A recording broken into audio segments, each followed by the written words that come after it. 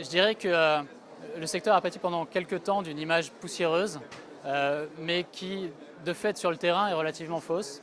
Les responsables associatifs, qu'ils soient dans des petites associations ou dans des grosses, quel que soit le secteur, dans les associations médico-sociales, sportives, etc., ont une vraie volonté de professionnalisation aujourd'hui, et en tout cas d'organisation et de structuration de leur activité. Voilà. On le voit de plus en plus, et c'est aussi ce qui fait bouger le secteur, c'est qu'il y a de plus en plus de personnes qui avaient une expérience entrepreneuriale, business, de conseil, ou en tout cas une expérience privée, dans le privé, qui commencent à travailler en association et qui changent un petit peu la donne aussi et bousculent les habitudes, mais ça va dans le bon sens, je pense. Passer du secteur marchand au secteur associatif est loin d'être simple. Je ne sais pas comment c'était avant, en tout cas aujourd'hui ce n'est pas encore aussi simple que ça. Maintenant c'est vrai que les associations recherchent les compétences qu'on a développées dans le milieu marchand. Et c'est vrai que moi j'ai développé des compétences de commercial, de marketing, de communication qui sont de plus en plus recherchées par les associations. S'il y a une valeur forte dans le secteur associatif, c'est la question de l'innovation, la question de l'adaptabilité et que c'est parce qu'il y a plusieurs métiers et plusieurs professionnels qui se rencontrent que du coup cette adaptabilité elle est réelle et elle est possible. Et je pense que si on oublie ça, on perd le secteur associatif. On n'est pas dans une finalité de bénéfice, quoique, pas que bénéfice financier, mais en tout cas il y a des méthodes de travail qui sont tout à fait transverses et le monde des associations a aussi beaucoup à apporter aux entreprises.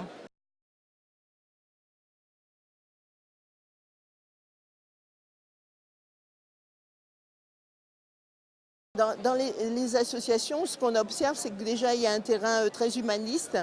Il y a une volonté d'entreprendre, d'aller au-delà, donc dans le dépassement de soi pour donner à d'autres. Les qualités pour travailler dans le monde associatif, j'ai envie de dire c'est les mêmes partout, mais évidemment dans le milieu associatif on retrouve beaucoup le sens de l'engagement, voire du militantisme, la flamme qui s'est parfois éteinte dans le secteur privé. Mais il faut aussi une certaine exigence, une certaine rigueur dans la façon dont on présente son projet pour le développer, pour qu'il parle à tout le monde. Moi, ce que j'aime bien dire dans une fondation, c'est qu'on crée des passerelles, on crée des échanges et on connecte des gens qui entreprennent. On entreprend dans le business, on entreprend dans l'associatif. Et entreprendre ne veut pas forcément dire faire de l'argent. On entreprend sur un territoire donné, on se lance, on s'engage et on s'engage pour la même chose, un territoire, des valeurs, des objectifs. Et bien souvent, il y a plus de choses qui nous rassemblent, qui nous opposent. Évidemment, d'avoir en tout ça une très bonne aisance, j'ai envie de dire, relationnelle.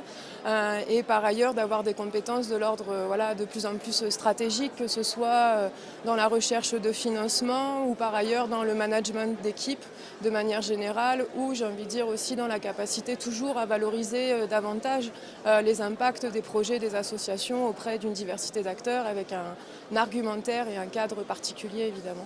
Si on sait qu'on est au service de jeunes enfants ou d'adultes en difficulté, c'est pas la même chose qu'être agent de service dans des bureaux, même si effectivement le contenu du métier se ressemble beaucoup. Il y a un engagement un peu différent et je crois vraiment que c'est ce qui fait la différence aussi pour le professionnel. C'est-à-dire que c'est pas juste un métier alimentaire, même si pour un certain nombre d'entre eux ça peut l'être. Je pense que ce qui fait la différence de motivation, c'est le sens pour lequel on est là. Quel que soit le secteur, une expérience dans le milieu associatif, qu'elle soit salariée ou pas, est extrêmement valorisée aujourd'hui. Même dans le privé d'ailleurs. Les personnes qui ont une expérience associative mettent ça de plus en plus en avant sur leur CV. Et disons, le milieu associatif attire de plus en plus de talents. On reste quand même la plupart du temps sur des structures assez petites.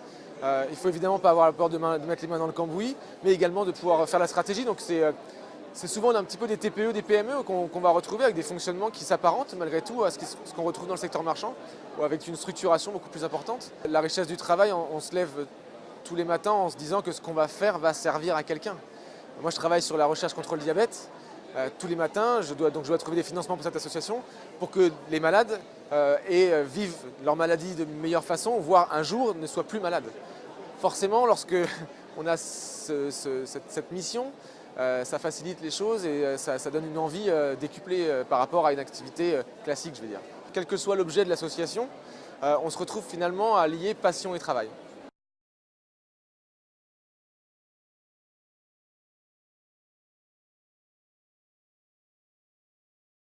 Je trouve que l'argent est effectivement encore tabou dans le monde des associations, mais il est peut-être plus culturellement français que seulement associatif. Et on a vraiment besoin de changer ça parce que les anglo-saxons sont beaucoup plus à l'aise avec la notion d'argent Et il faut arrêter de regarder l'argent comme quelque chose de sale. L'argent, c'est un moyen. Sans argent, on ne fait rien. Et il faut que les associations soient tout à fait à l'aise avec ce sujet-là, parce qu'elles savent ce qu'elles font de l'argent. Elles sont justement très économes et elles font très attention. Dans les associations, on trouve normal de ne pas être bien payé et on laisse les autres autour dire que c'est normal de ne pas être bien payé. Personnellement, je suis contre cet avis. Il y a des talents partout, les talents doivent être rémunérés. Bien sûr, dans les associations, il n'y a pas de stock options, et tant mieux, mais il n'y a pas de raison que les gens ne soient pas bien payés. Et il ne faut pas laisser les bailleurs ne pas payer les personnes qui mènent les projets sur le terrain, qui se donnent corps et âme et qui ont des bonnes idées. Le fait de parler de salaire aussi potentiellement un petit peu plus important est aussi quelque chose qui arrive, et c'est nécessaire que ce secteur se professionnalise, donc fasse venir des compétences, donc joue aussi sur les niveaux de salaire.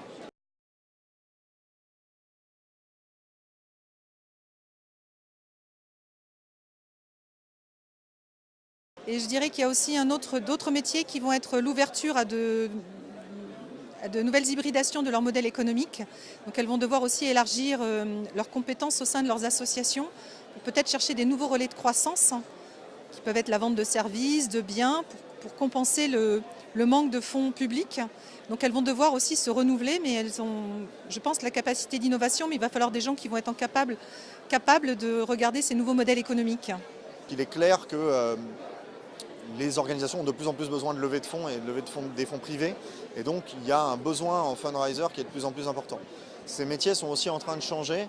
On était avant beaucoup sur des opérations de masse, et ça c'est en train de se transformer. D'abord il y a une digitalisation très forte bien sûr, et il y a aussi un travail de plus en plus important sur ce qu'on pourrait appeler les grands comptes, que ce soit des grands comptes particuliers ou entreprises. Donc un travail qui demande beaucoup plus de relationnel et aussi d'aller chercher, je dirais, des personnes qui ont la puissance financière, qu'elles soient des personnes morales ou physiques. Il y a peut-être aussi un secteur qui est particulier, qui s'est professionnalisé, c'est dans la gestion des legs, parce que ces organisations, ces associations et fondations qui sont basées sur la confiance finalement du public, des donateurs, elles reçoivent aussi des legs. Et c'est un secteur qui a nécessité une certaine professionnalisation.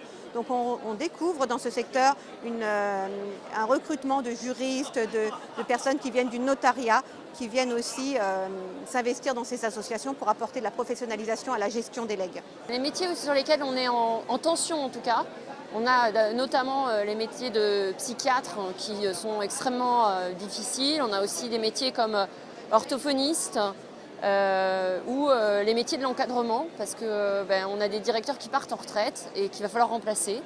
Et comment la jeune génération est porteuse de l'engagement dans ce corps de métier-là. Il faut qu'on garde dans cette mutation notre capacité à nous adapter et à être dans une réponse de proximité, même si nos entités sont peut-être plus grandes et plus importantes.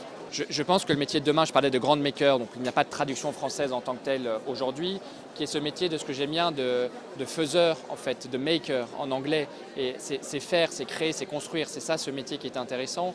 Je pense que le métier de demain, il sera évidemment dans une expertise très pointue dans le domaine de la fiscalité des associations par exemple, ou de la levée de fonds, mais il sera aussi dans la capacité de relier des acteurs différents, d'identifier des acteurs qui ne travaillent pas forcément ensemble parce qu'ils ne se connaissent pas, et d'être en capacité de réunir autour d'une même table des gens pour un projet donné.